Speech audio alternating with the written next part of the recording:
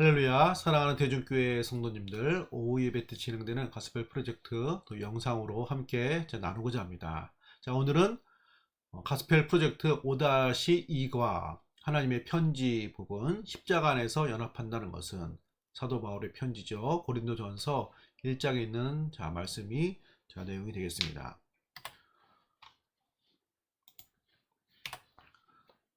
자, 지난 시간에도 살펴봤지만 사도 바울의 편지는 받는 그 교회가 나오는 거죠. 고린도전서 그러면 고린도 교회에게 쓴 편지, 에베소서 그러면은 에베소 교회에게 쓴 사도 바울의 편지. 자, 이렇게 되는 것입니다. 그래서 고린도전서는 사도 바울이 고린도 교회에게 쓴 편지. 그리고 고린도 지역은 여기 그리스 지역의 위쪽은 마게도니아, 아래쪽은 그리스 지역인데, 요 아래쪽 그리스 지역에 여기 그 잘록한 허리같이 되어 있는 양쪽으로 바다가 있는 요 지역이 고린도 지역이고, 여기가 되게 또 유흥 문화가 발달하고 또 그리스 아테네 또 이쪽 지역이 철학의 도시잖아요. 철학 사상도 발달되어 있고 이런 지역이 있는데, 하나님께서 1년 6개월 동안 사도 바울을 통해서 비교적 오랜 기간 사역하게 하셨고, 또 고린도 교회에 작지 않은 교회가 세워지게 되었습니다. 그 교회에 또 쓴 편지가 고린도 전서가 되겠습니다. 자, 고린도전서 1장에 있는 내용은 고린도 교회에 어떤 분쟁이 생겼습니다. 그래서 그 분쟁에 대한 그 사도 바울의 어떤 답변으로 그리스도 안에서 복음 안에서 우리가 하나 되었음을 설명하는 것으로 고린도전서는 시작하고 있습니다. 그래서 먼저 고린도전서 1장 10절에서 17절까지 우리는 사람이 아닌 복음에 근거한 연합, 우리가 하나됨은 어떤 사람이 아닌 예수 안에서 하나된 우리 하나님 백성됨을 말하고 있습니다. 자, 본문을 우리가 좀 살펴보시면, 고린도전서 1장 10절부터죠. 10절부터 보시면 10절에 형제들아, 내가 우리 주 예수 그리스도의 이름으로 너희를 권하노니 모두가 같은 말을 하고 너희의 분쟁이 없이 같은 마음 같은 뜻으로 온전히 합하라.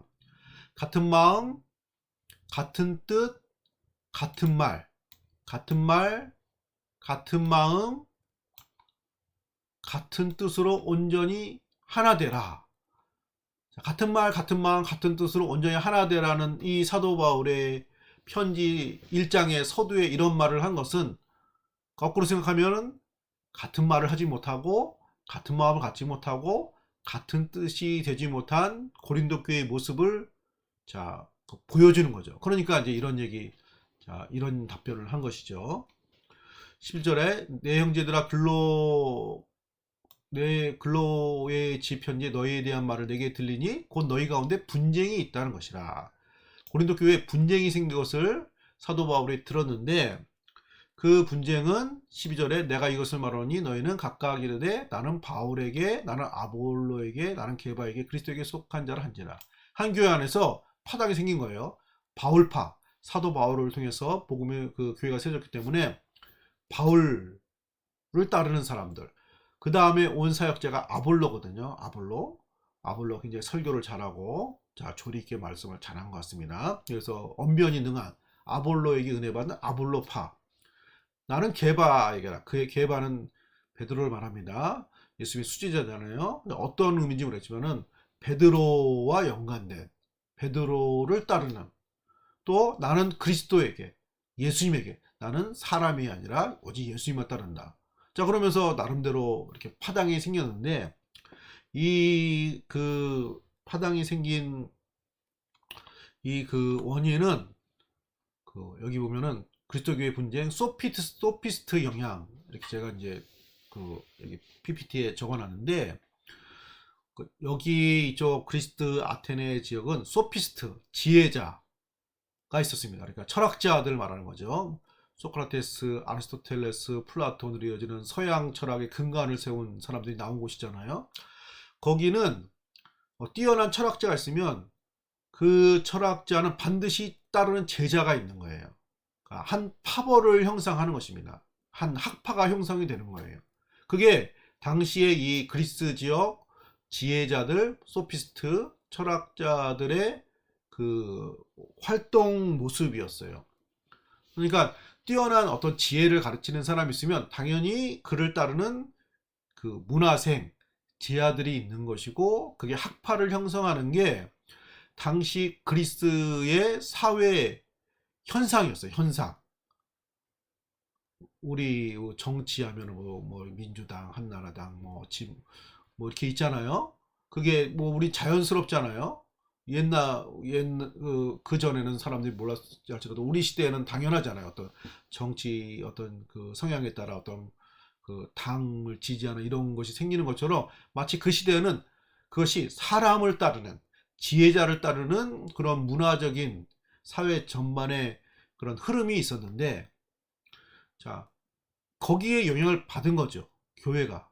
그래서 사도 바울이 교회를 세웠기 때문에 바울을 따르는 바울의 제자의 일단의 무리들, 그 다음에 아볼로가 왔기 때문에 아볼로를 따르는 아볼로 학파, 그 다음에 나는 베드로가 더 좋다, 베드로 학파, 나는 예수님이 좋다, 예수님 학파. 이게 분쟁이기도 하지만 어떤 의미에서는 그냥 사회에서 나타난 이런 현상을 그냥 무비판적으로 알게 모르게 따른 거예요. 따르면서 자연스럽게 교회 안에서는 있으면 안 되는 분쟁, 파당이 생긴 것이죠.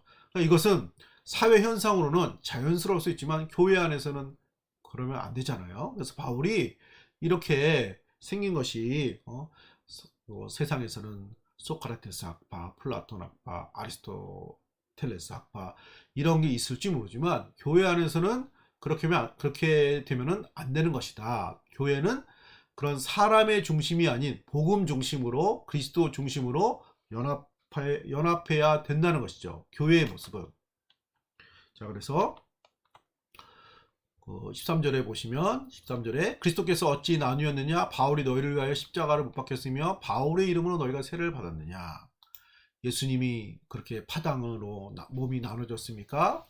바울이 여러분을 위해 십자가에 못 박힌 것인 것입니까? 우리가 교회의 믿음의 근거는 예수님인데, 예수 안에서 우리가 모두가 하나인데 왜 세상에 있는 문화와 흐름에 따라 마치 무슨 소크라테스, 플라톤, 아리스토텔레스 무슨 이런 지혜자를, 소피스트를 따르는 것처럼 교회 안에서도 그렇게 왜 그렇게 하는 것입니까? 교회는 사람이 아닌 복음 중심으로, 그리스도 중심으로 연합해야 된다는 것이죠. 그리고 그 연합의 증표로서 세례를 말하고 있습니다. 14절에 나는 그리스도와 가이보의 너희 중 아무에게도 내가 세례를 베풀지 않은 것을 감사하노니 이는 아무도 나의 이름으로 세례를 받다 말하지 못하게 함이라. 자, 17절에 그리스도께서 나를 보내시면 세례를 베풀려 하심이 아니요 오직 복음을 전하게 하려 하심이로되 말의 지하로 하지 아니함은 그리스도의 십자가 헛되지 않게 하려 함이라. 누가 세례를 베풀었던 그 사람이 중요하느냐. 세례를 베풀고 세례를 받는다는 건 내가 예수님의 사람이 된다는 것이고, 예수 안에서 하나님의 백성이 되었다는 것이고, 예수 안에서 한 가족이 되었다는 표징이 세례인데, 내가 누구에게 세례를 받았든지 누구에게 복음을 전해 들었든지 그게 왜 중요한가. 예수님의 복음이고 예수님의 은혜고 예수님의 십자가 은혜인데 그 중간에 바울이 전했던, 아볼로가 전했던, 베드로가 전했던 그게 왜 중요한 것인가. 예수 안에서 우리의 중심은 사람 중심이 아니라 예수 그리스도가 우리의 중심입니다. 여러분들의 분쟁은 잘못된 세상 흐름을 쫓아가고 있는 것입니다. 바울이 말하고 있습니다. 자, 우리가 묵상하면은 우리의 신앙생활도 예수 중심이죠. 교회의 머리, 교회의 주인은 예수님이죠. 교회 안에서는 목사님도 중요하고 장로님도 중요하고 권사님도 중요하고 우리 다 직분자도 중요하고 성도님 다 중요합니다.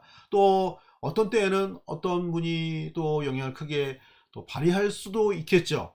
그럼에도 불구하고 교회의 주인은 예수님이시고 우리 모든 그 믿음의 근거는 예수님이시기 때문에 예수님 중심으로 서로 맺어진 한 가족된 연합된 우리임을 우리가 말하고 있습니다. 오늘날 또 여러 가지 교단과 여러 가지로 많이 그 서로 나뉘어져 있는 이런 시대에 우리가 눈여겨보아야 될 또 가르침이 아닌가 제 생각이 듭니다. 자, 두 번째 내용은 같은 연합의 내용인데, 십자가 하나님의 지혜로 연합한다. 자, 십자가의 지혜, 세상과 다른 하나님의 지혜로 우리는 하나 되었음을 사도 바울이 말하겠습니다. 고린도전서 1장 18절에서 25절까지 말씀인데, 사람의 지혜로 볼 때는 미련하게 보이는 십자가를 말하고 있습니다. 본문을 보시면 자 18절 십자가의 도가 멸망하는 자들에게는 미련한 것이요 구원을 받는 우리에게 하나님의 능력이 됨이라.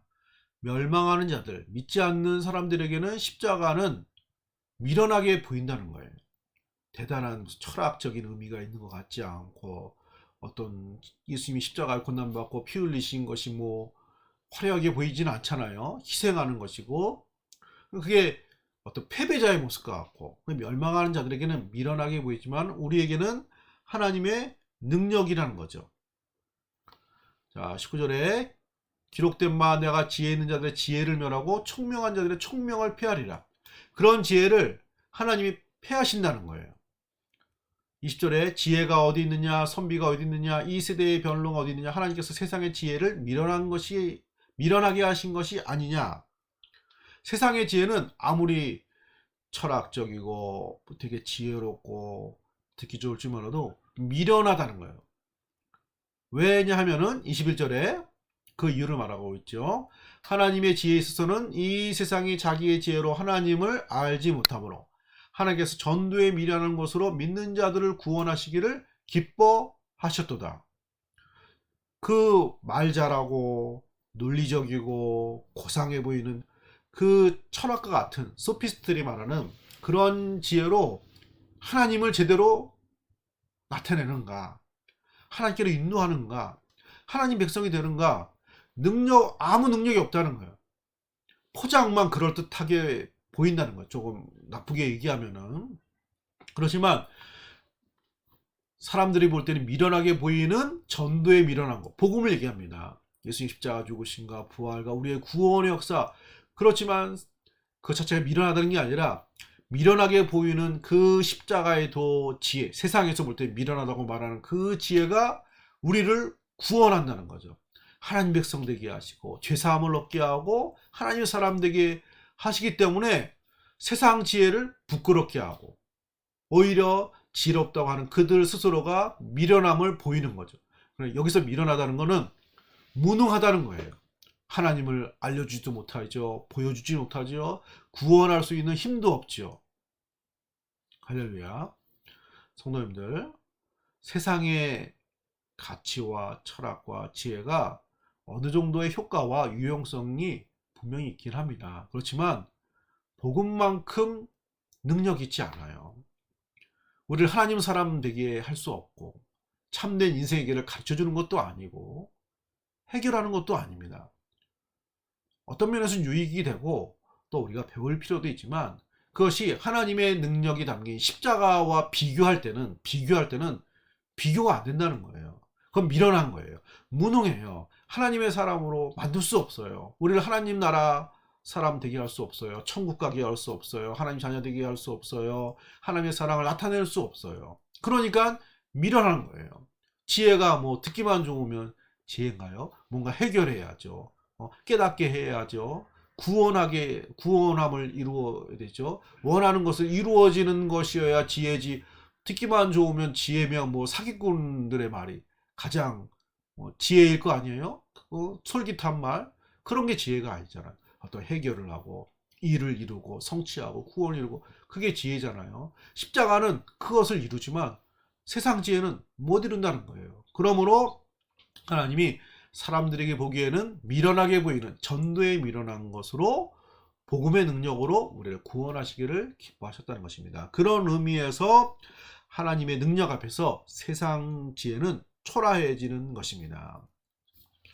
자, 그러므로 우리가 이 부분을 우리가 묵상해 볼 때, 하나님의 능력 앞에서 초라해지는 세상 지혜, 복음은 하나님의 지혜이고 하나님의 능력이다.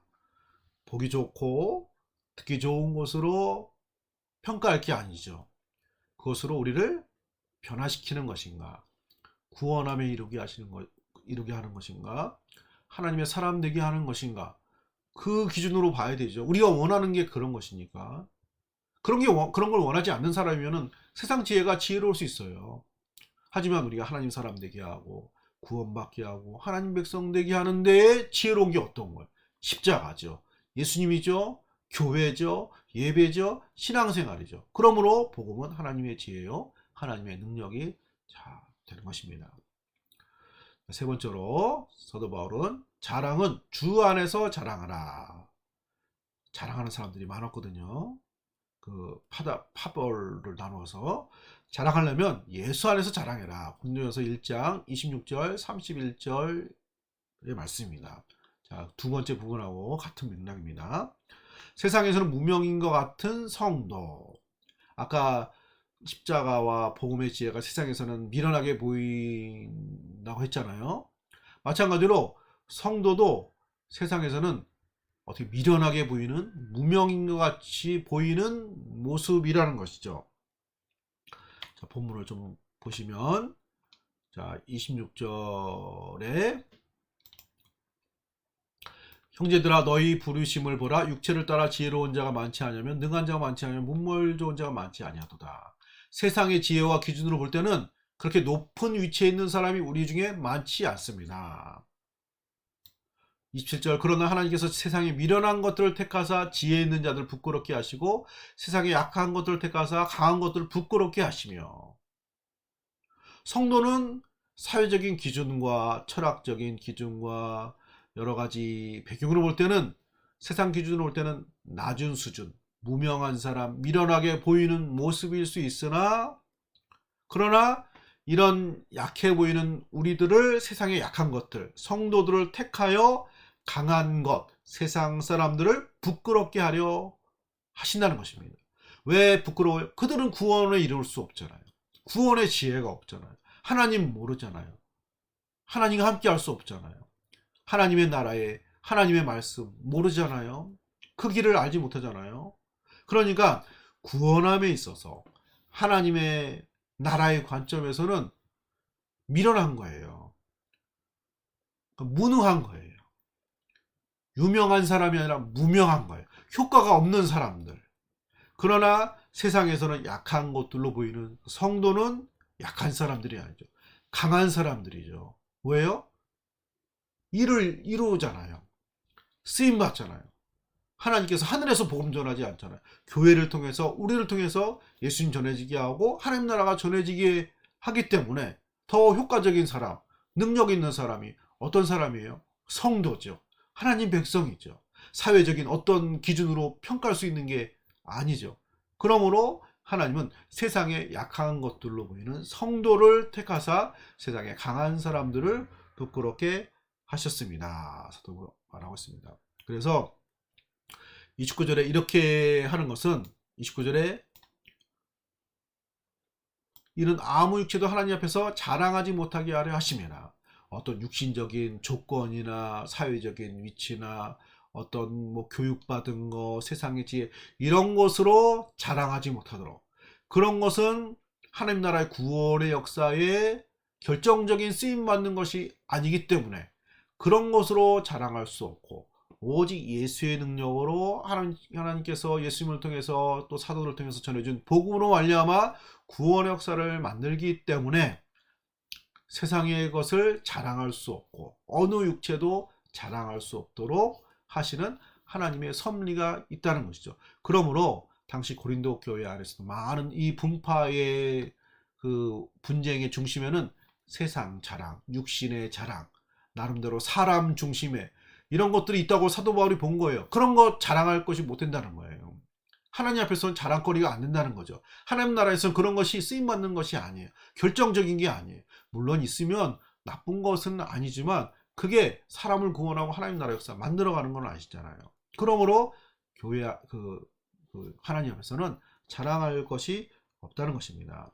정말로 자랑할 것이 있다면 그리스도를 자랑하고 예수 안에서 자랑하라고 사도 바울은 말하고 있습니다. 30절 너희는 하나님으로부터 나서 그리스도 예수 안에 있고 예수는 하나님으로부터 나와서 우리에게 지혜와 의로움과 거룩함과 구원함이 되셨으니, 우리는 성도는 하나님으로부터 시작해서 예수 안에서, 예수 믿음에서 구원을 받았고 예수 안에서 의로움과 거룩함과 구원함이 되었기 때문에, 오직 예수로 말미암아 구원받는 하나님의 백성이 되었기 때문에 31절에 기록된 바 자랑하는 자는 주 안에서 자랑하라 함과 같게 하려 함이라. 자랑하려면 주 안에서, 예수 안에서 자랑을 하는 것입니다. 예수님만이 우리의 능력이요 우리의 지혜요 구원의 길이기 때문에 우리가 자랑한다면은 예수님을 자랑하는 것이죠.